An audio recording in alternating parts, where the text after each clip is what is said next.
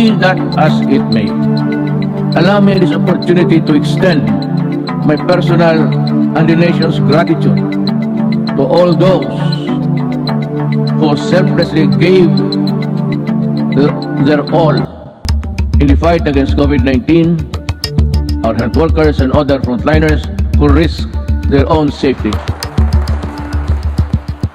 to keep our essential health services and our food supply chain running, boosting the economy activity and ensure peace and order in our community. I would like also to extend my deepest appreciation for the generosity of the private sector who came to the government's aid in fighting COVID-19. I am profoundly thankful for your sustained assistance to fellow Filipinos. And amidst the same deleterious effect of the pandemic to our respective industries, let me assure you that the government is committed to assess the private sector to regain the commercial vibrance of the country prior to the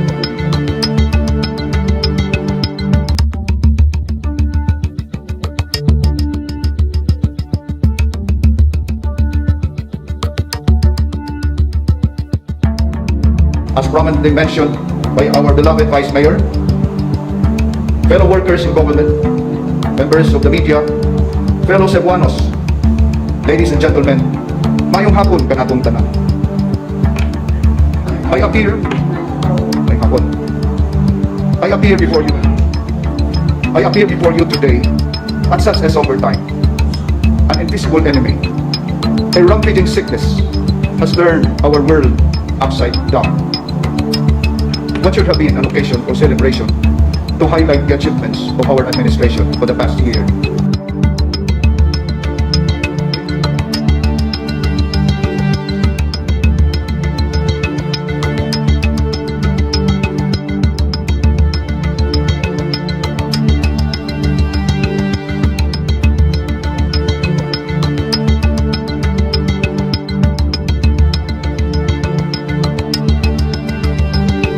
West, South, and Central Cebu.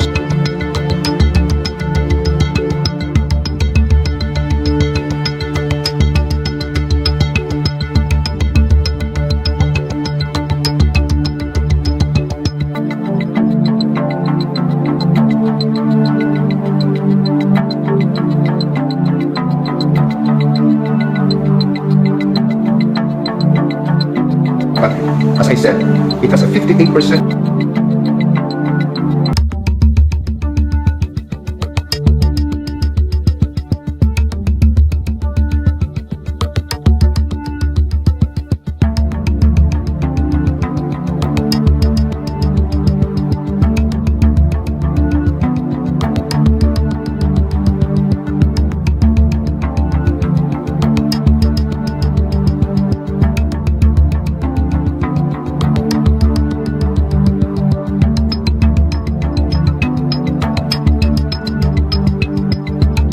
We are now in the process of formulating strategic programs to turn around the economy and address critical concerns. Tinuod sa pag-abot sa pandemic, atong yung gitanaw ang panglawas o kinabuhi sa atong katawan. Pero are jobs and entrepreneurship, educational support, health, nutrition, and sanitation, trabaho,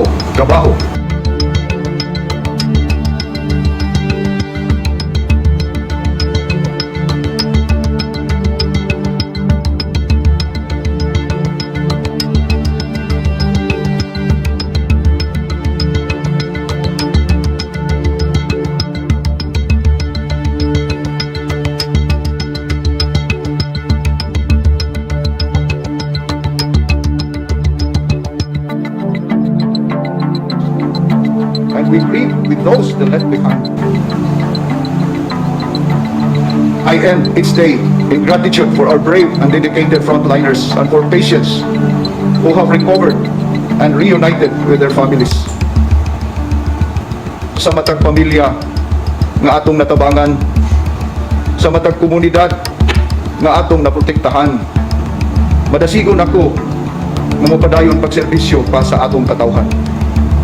This is what gives me comfort even amidst the senseless attacks and malicious innuendos by some sectors against my person.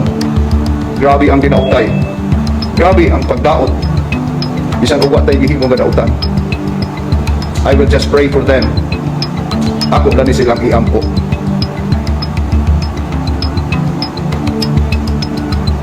I also end each day in prayer for mercy and guidance. As father of the city, I admit the burden weighs heavily on me. But I am always reminded that even as we grieve, we have to continue to soldier on.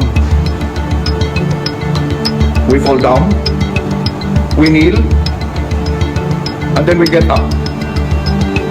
All of us holding each other up and supporting one another. My fellow public servants, members of the council, fellow workers in government, and my fellow Cebuanos, I appeal for solidarity and unity. The challenge ahead of us is daunting. The city will need the help and support of each one of you to overcome it.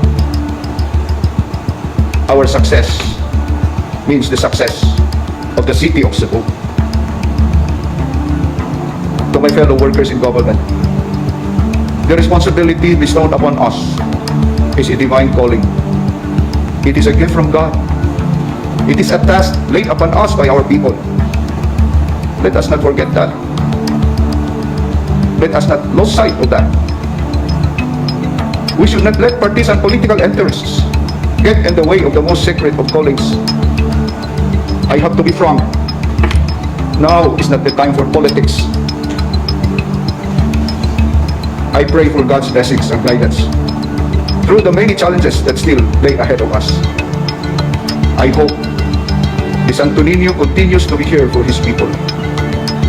Now is the time that we live up to our calling of public service. Let us unite. Magkahiusap kita. Let us work together. Our people demand and deserve nothing less.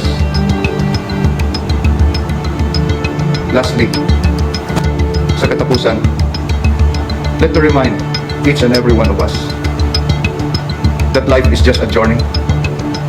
Nobody lives forever. We are just mortals. What is important is we can leave a legacy for the next generation and generations to come. Nga makapabilin kita o maayong handumanan pinaagi sa mga maayo na itong binuhatan. Again, daghang salamat o maayong hapon kanatong tanan.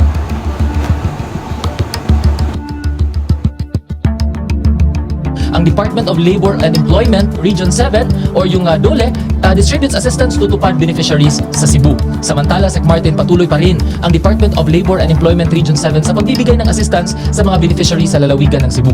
A total of 6.8 million pesos were given to more than 1,000 beneficiaries under the Tulong Panghanapbuhay sa ating displaced or disadvantaged workers or TUPAD.